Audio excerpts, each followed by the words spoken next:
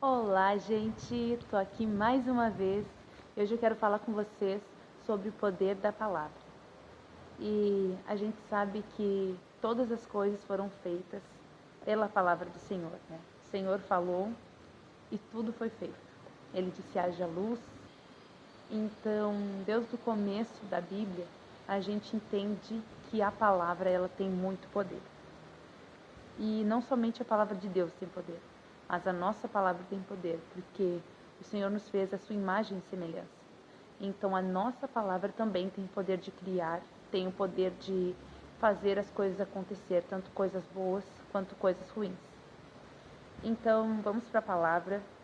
Vamos começar por Provérbios, capítulo 15, versículo 1, que diz o seguinte: a resposta branda desvia o furor, mas a palavra dura suscita a ira. E aqui, esse versículo de Provérbios, ele é muito simples, mas ele está nos dando uma direção muito clara, um conhecimento, um entendimento de que uma resposta calma, serena, branda, ela vai afastar a ira, o furor, a raiva. Então, se eu souber agir com mansidão quando alguém estiver irado, eu vou conseguir acalmar essa pessoa. Ou seja, alguém que estava pronto para fazer uma confusão, uma guerra, eu posso apaziguar usando as minhas palavras, usando palavras mansas. Amém? E a palavra dura suscita a ira. Então, quando eu sou grosseira, quando eu sou dura, né, nas minhas palavras com os meus irmãos, isso vai gerar ira, vai gerar um sentimento ruim no coração dessa pessoa. Então, aqui a gente já vê o quanto a palavra ela tem poder, porque se eu usar palavras doces, eu vou gerar paz, e se eu usar palavras duras, eu vou gerar ódio, eu vou gerar guerra. Então, é muito forte isso e muitas vezes a gente não entende, a gente, por estar num momento ruim, por estar passando por um momento difícil, a gente acaba falando impulsivamente, usando palavras grosseiras e acaba gerando algo negativo, né? Acaba podendo gerar um rancor no coração do nosso irmão por causa da nossa desatenção com as nossas palavras. Então isso é muito grave. Eu fiz mais algumas anotações e então eu vou deixar anotado aqui as referências bíblicas também. Mas eu anotei, ó. As palavras, elas podem nos enganar. Então, a gente lembra de Gênesis 3, né? A queda. Porque pelas palavras a serpente enganou Eva e ela comeu do fruto e ela cometeu, né, um grande erro, porque ela foi enganada pelas palavras da serpente. E na sequência, Adão também pecou comendo o fruto, né, que Eva lhe ofereceu. E em Provérbios 5 também vai falar, né, que as palavras têm o poder de enganar. Através de bons conselhos, as palavras podem nos direcionar ao lugar certo. Assim como a palavra pode enganar e uma palavra pode te direcionar para o caminho errado, um conselho certo, uma palavra certa pode te direcionar para o caminho certo. E em Provérbios 4, versículo 10 e 11, que diz: meu filho, escute e aceite as minhas palavras, e os anos da sua vida se multiplicarão. Eu ensinei a você o caminho da sabedoria e o fiz andar pelas veredas da retidão. Então, quando a gente escuta as palavras certas, as palavras do nosso Pai, que é Deus, nós vamos andar pelo caminho reto. Nós vamos ter os anos da nossa vida multiplicados. Então, a palavra tem o poder de dar direção.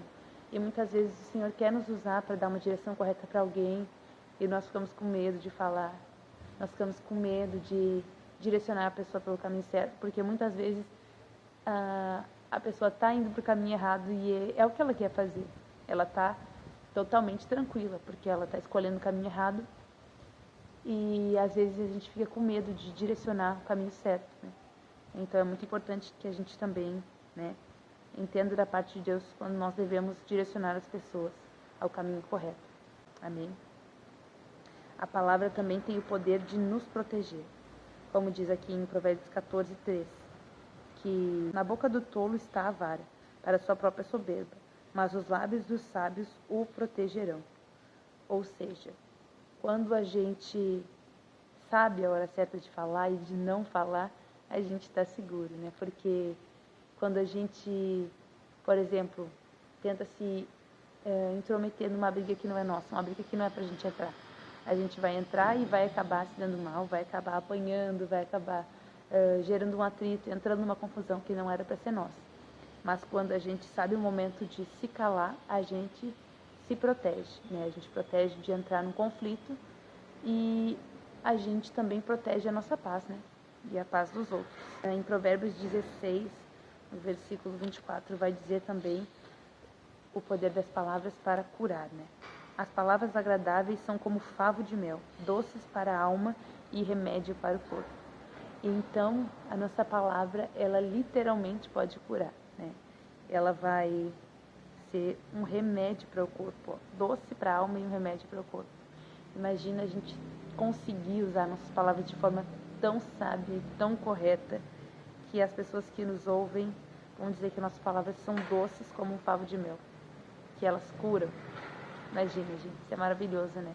E a gente tem que buscar, né, aprender a usar as nossas palavras dessa forma, para que ela possa curar.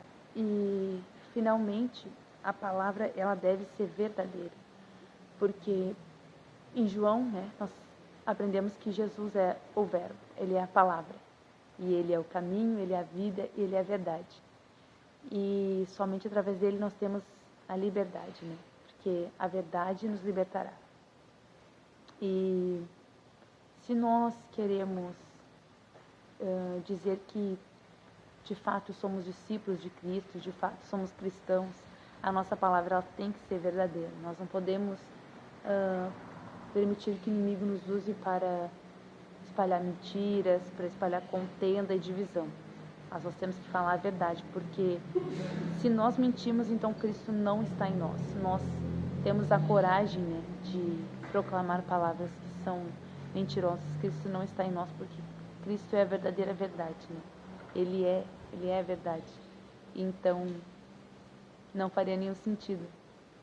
Assim como que quem permanece no amor permanece nele, permanece no Pai, quem permanece na verdade também permanece no Senhor. Então, nós temos que lembrar que as nossas palavras têm tanto poder que elas podem gerar vida e podem gerar morte. Então, nós temos que permitir cada vez mais que o Espírito Santo tenha liberdade para conduzir as nossas palavras, para que elas sejam agradáveis, sejam utilizadas para gerar cura e vida nos outros. Amém? É bem simples, gente, é algo que o Senhor estava falando comigo essa semana, né, sobre eu cuidar mais das minhas palavras e não permitir que o inimigo use, né, a minha boca para proferir palavras que magoem os outros, mas que de fato minhas palavras possam ser doces e gerar vida e cura nas pessoas. Amém? Que essas palavras também possam ser purificadas, né, e usadas para a honra e glória do Senhor. Amém? E é isso. Se você gostou desse vídeo, deixe seu like, deixe seu comentário, se inscreve no canal e até a próxima. Deus te abençoe.